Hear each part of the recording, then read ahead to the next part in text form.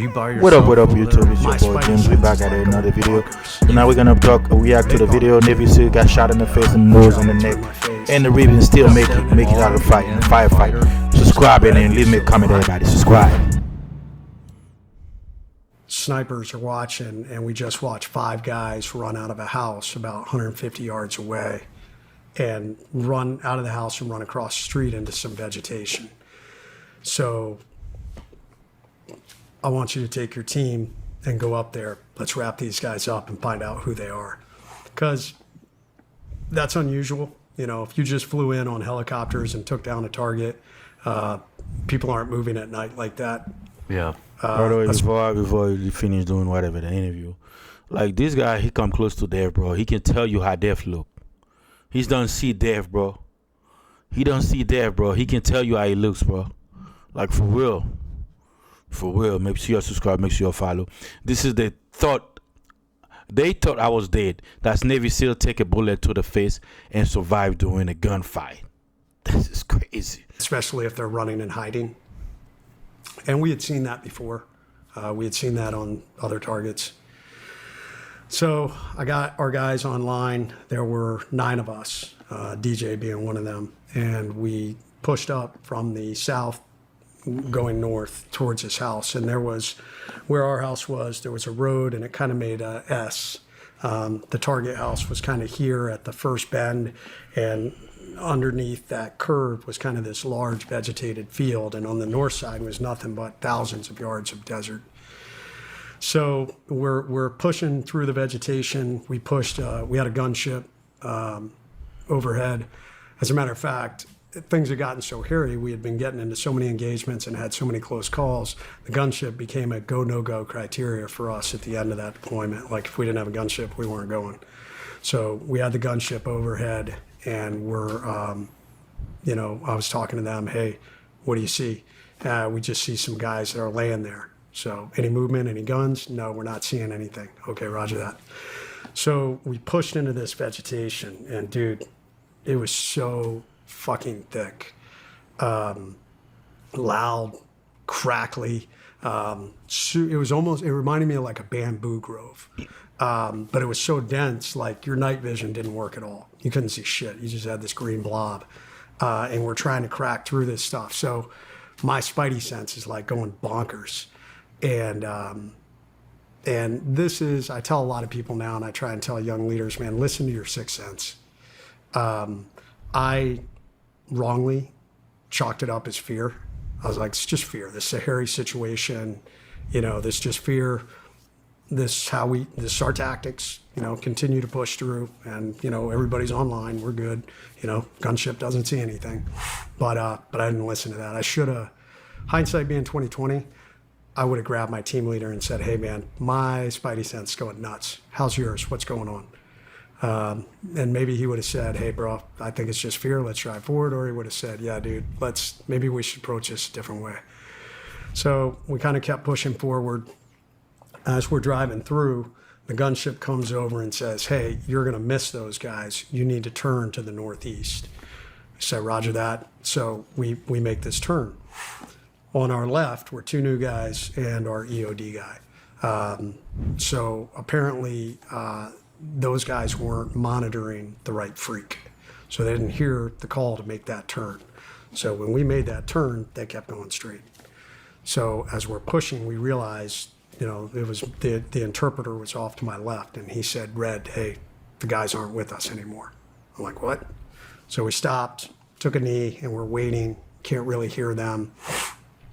At this point, we had moved up to the northeast, and I don't know who was on the far right flank, but they were like, hey, I'm on the edge of a field. Why don't we push out? Let's get out of this vegetation, and then we can push up to the north. At that point, our EOD guy came up and said, hey, yeah, we missed you guys somehow. He said, I can push out to the west. I said, yeah, do that. Let's, you know, because now, you know, all I'm thinking about is we have 2 maneuvering elements and an unknown enemy force. So I'm like, roger that. We're pushing out to the east. You guys push out to the west. Let's move up in the open area. Let's reconnect. And then we'll go in and wrap these guys up from the north. So as we're pushing out that corner, I was now closer to the front, myself and the interpreter, DJ, our medic, one of the other guys, Matt, is behind me, and our team leader. And it was about that time. I'm now out in the open, myself and the interpreter, and push to the left to start moving down, to the west to link up with those three guys. And right as our medic is coming out of the vegetation, he literally stepped right on an enemy fighter. This enemy fighter rolls over and goes to engage him, and he shoots him. So at this point now, I'm out front, the interpreter's out front. There's at least one other guy with us that's out front. And what we didn't realize is we were directly in the kill zone. Who stepped on him? Our medic. Stepped on an enemy fighter. Yep. So what we didn't know, so what the gunship saw was only a few guys. What actually was there was almost what we estimate to be a 12 to 15 man element that had a ambush line set up about 5 yards back in that vegetation facing north. What we think probably happened was the leader had been in the building we took down earlier and then moved up to this house, 100 yards away to the north to sleep for the night. And probably had his security detail set up so that if vehicles came in, because our vehicles would have to pull right in front of that vegetation, or if helicopters landed in that open field, either way, they would have been in perfect position to engage us. We ended up coming up from the south. Very disciplined force because, man, we were cracking all kinds of brush behind them, and they didn't engage us from the south. They waited until we were in the kill zone. So, Luke engaged that guy, and that started that gunfight. The whole world erupted at that point. Luke was the first one shot, took a round right below the knee. He had a compound fracture. Oh my gosh! His bone came out and anchored him right into the ground. He's screaming, pinned down. That's when Maddie ran forward, grabbed him. The only thing behind us was this large John Deere tractor tire in that tree that I guess DJ got behind. I was out front. I'm laying down fire, and I'll be honest. What happened next was I started yelling out, "Ceasefire, ceasefire," because I knew the angle we were at. Like, we were in this corner, and those other guys were off to the west. So I'm thinking, dude, we're fucking totally going to shoot each other. So I was initially yelling ceasefire, which I quickly realized, okay, we're in the middle of a gunfight. Like, we can't ceasefire.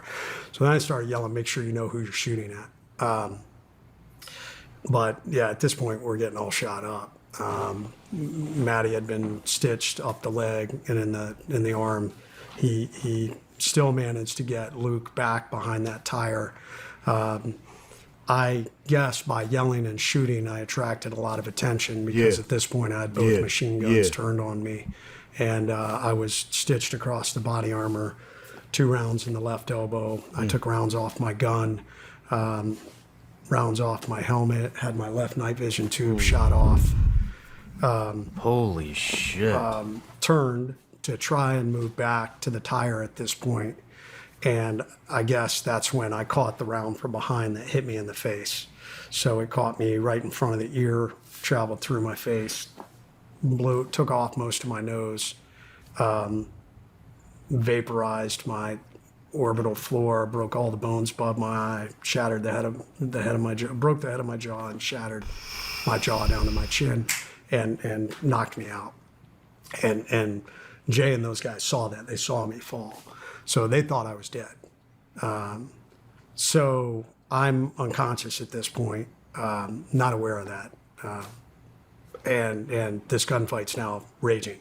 Like, they're behind the tire in the tree, and they're just, raging gunfight about yards, 15 yards. My It's pretty close. Apart? Apart. Yeah, from where the tire and the tree was to this vegetation where these guys are, but we can't see them. All you can see is muzzle flashes. So I come to at whatever point. The gunfight we know lasted 30 to 40 minutes, 35 to 40 minutes. I don't know how long I was unconscious, maybe 10 minutes. So I come to at this point, and I knew I was way fucked up. Like when I got shot in the arm, like that fucking hurt a lot. As a matter of fact, I thought my arm was shot off. After I'd been shot in the face, when I came to, I really wasn't feeling any pain. I just was fucked up. I was trying to like, okay, where am I? What's happening? And then kind of the world started to open back up, and like I could hear the gunfire. I also started to notice rounds traveling over me, the tracer fire literally traveling over me. At this point I was laying flat on my back, and I'm like, okay, holy shit, like you're still in this gunfight, and that's tracer fire. Like, do not sit up. At one point, and I don't know why, I took my helmet off. I'm laying there and I unclipped my helmet and took my helmet off, and that's when at some point I heard it. I took that round through my helmet that now is drawn in my skull, so right through the forehead of my helmet. I took another round while I was laying on the ground off my right side plate. And the interesting thing about side plates is I normally didn't wear them. The only reason I wore side plates at night, one, a little voice before that mission was like, wear your side plates. I was like, I don't normally wear my side plates. I want to be lighter. I normally only wore them on mobility ops to give me more protection against IEDs. But I don't know, little voice was like, wear your side plates. So I wore my side plates, and I took a round right off the right side plate. So shit show, chaos, shooting, and I remember there was a lull in fire, and I called out to my team leader and was like, how long till the medevac? And he was like, Red, you're still alive? I was like, yeah, how long to the medevac? And he was like, 5 minutes. So I like focused on, you got to stay awake to stay alive.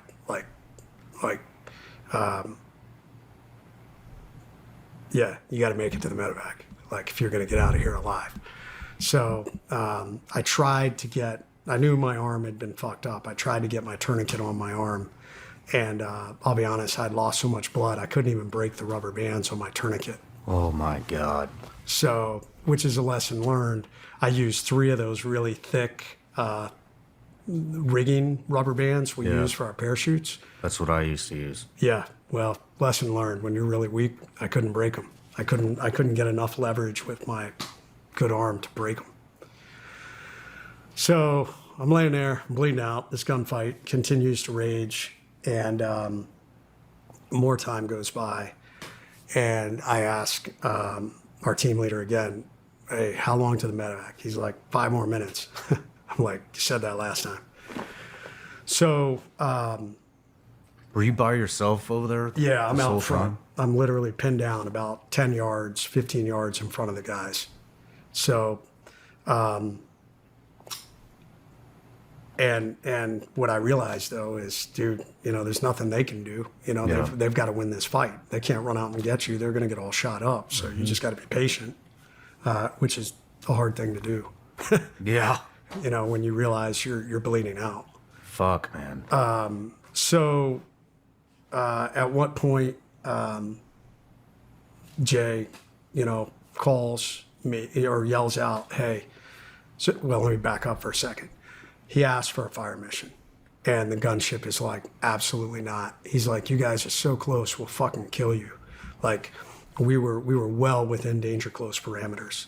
So they're like, you have to figure out a way to fall back from these guys. And Jay's like, dude, there's no place for us to go. It's like thousands of yards of empty desert. It's like, not only that, I got 2 dudes all shot up, one, super shot up, and, we can't even get to him. And they're like, you got to figure something out because we can't bring this fire mission in. We'll kill you guys. So period of time goes by. He calls back again. They're like, no, absolutely not. So the 3rd time he calls back and he's like, look, and I don't know how long this has been. And this had been probably 25 minutes at this point in a very intense gunfight. He's like, we are running out of ammo. He's like, nobody's going to be left if you don't bring this fire mission in. So finally they said, okay, well, what's your JTAC number? So JTACs in the military are guys who've been officially trained to, it's called a Joint Tactical Air Controller. So that means they have been blessed by special operations to have the skills to bring in gunfire from aircraft. And they have to know all the different parameters and all these things so that we don't mistakenly kill friendly forces, which we have done with fire missions from the sky. So they say to Jay, what's your JTAC number? Because they wanted to put the onus on him. That if they accidentally killed us, it would be Jay's fault and not the gunship's fault. And I mean, I respect that. I don't know, sometime. Anyways, so he gave it to him. And I remember him yelling out to me, hey, incoming. And I remember laying there and you can hear the gun go off. And, you know, there's a delay. You know, there's a period of time before the rounds hit the ground. I mean, decent amount. It's an ass fight. And I remember waiting, and all of a sudden, boom, it was 40 Mike. And it literally hit the ground directly in front of me. And well, you know, in front of me enough that it blew up, and I felt the concussive blast and the dust and debris. And immediately the machine gun in front of me went cold. And I heard the guy yelling out, Allah Akbar. And I was like, roger that, stand by, bro, because here he comes. And sure enough, they called in the next couple of fire missions. So in between those fire missions, Jay ran forward and got me and dragged me back to the tire. No matter where you're watching. Oh, man. Look, man. This guy right here, bro, he doesn't see how death look like, bro. He can tell you how death look like. And you know, all y'all young dude out there and shooting each other and killing each other. These people, they train, bro. Special forces. You guys buying guns. You guys never been in a gunfight. You guys shoot out and killing innocent bystander and, you know, bullet ricochets and killing anyone. You gotta learn, bro. Stop killing each other. Make sure you subscribe. Make sure you follow. Make sure you hit the like button and subscribe, everyone. Subscribe. Leave me a comment. Subscribe. Raging. Like,